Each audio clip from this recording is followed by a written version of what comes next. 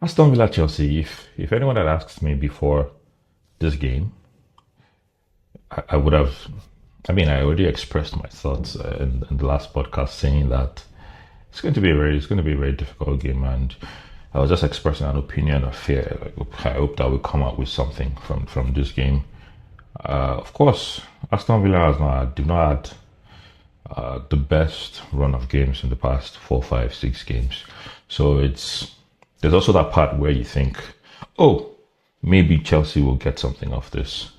The game started, I think the lineup was pretty good. There is no,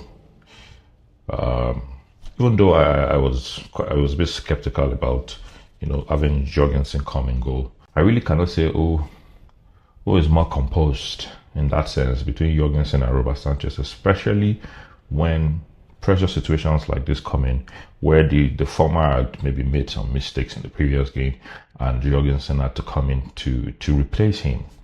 So I was a bit skeptical about that. Away from that, I saw the midfield with Caicedo and Reece James, and that brought a lot of confidence because that's a position where James has excelled really well this season.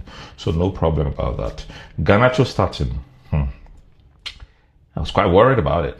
And he proved me right in the game, even though he had one assist. Should have had a goal by himself. Should have had more assists today. But he assisted a goal, which is good.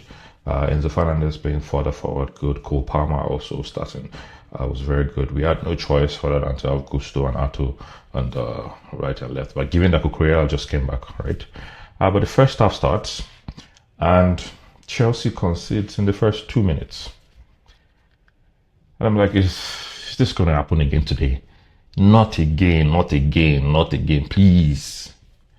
But interestingly, the game proceeded. We had some chances that we also should have taken. But Joao Pedro goes to score in the 35th minute and also in the late end of the first half. So Chelsea led at halftime.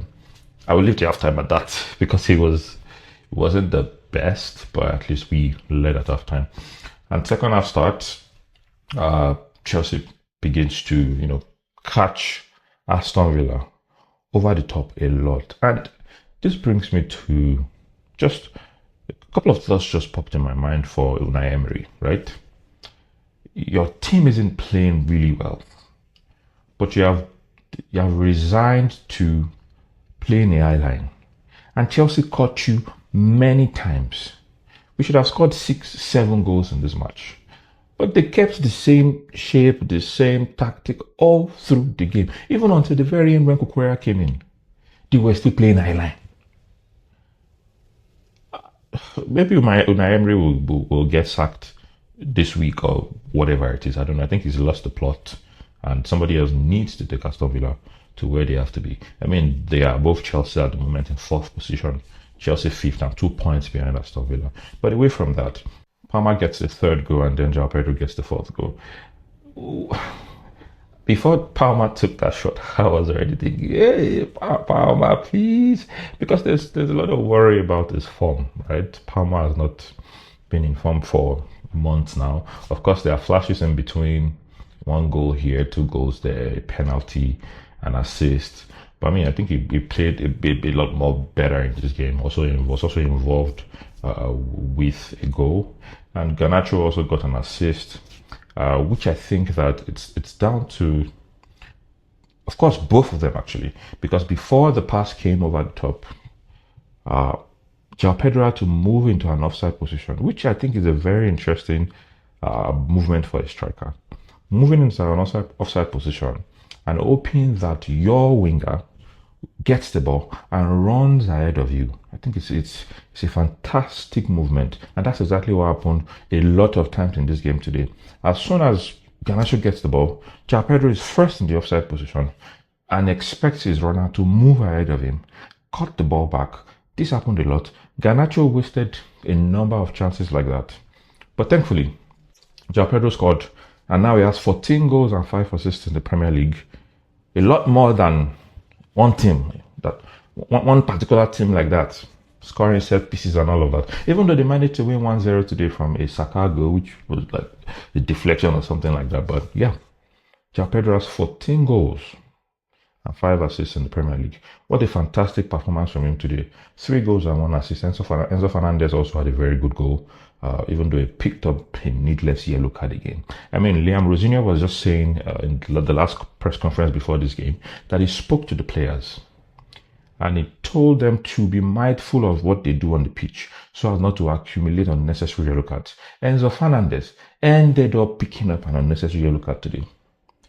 Caicedo had an okay game. Cucurella came on, almost got an assist himself. Chalobah played really well. Gusto had a good game. Also had to come off in the 75th minute. Jorgensen, slightly shaky, but overall considered just 1, and that's good. Chelsea in this game had quite a lot of shots, and I'm really glad that the numbers actually counted for something. We had 15 shots, 5 big chances, and we scored 4 of them, which is very good. We always have possession of the ball, so that's never an issue. 57% possession for the 3. All of the metrics show that we bossed this game, getting two more goals in the second half and beating Aston Villa at every counter attack that we had.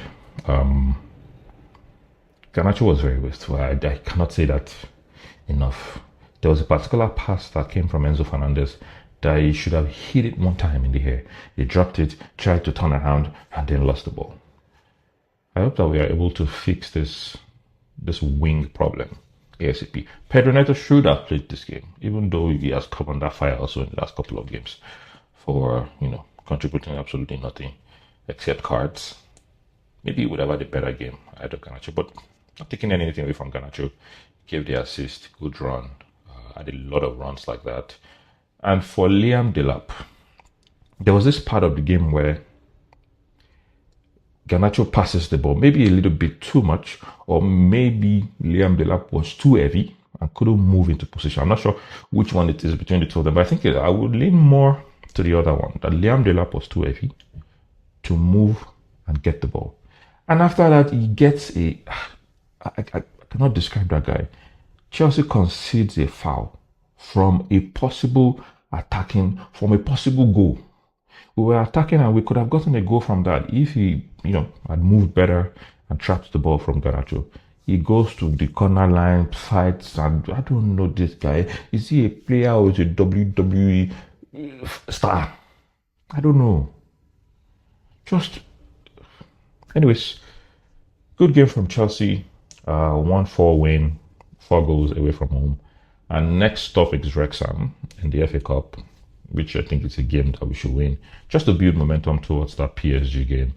And good game, good goals across board, and very good game from Chelsea today.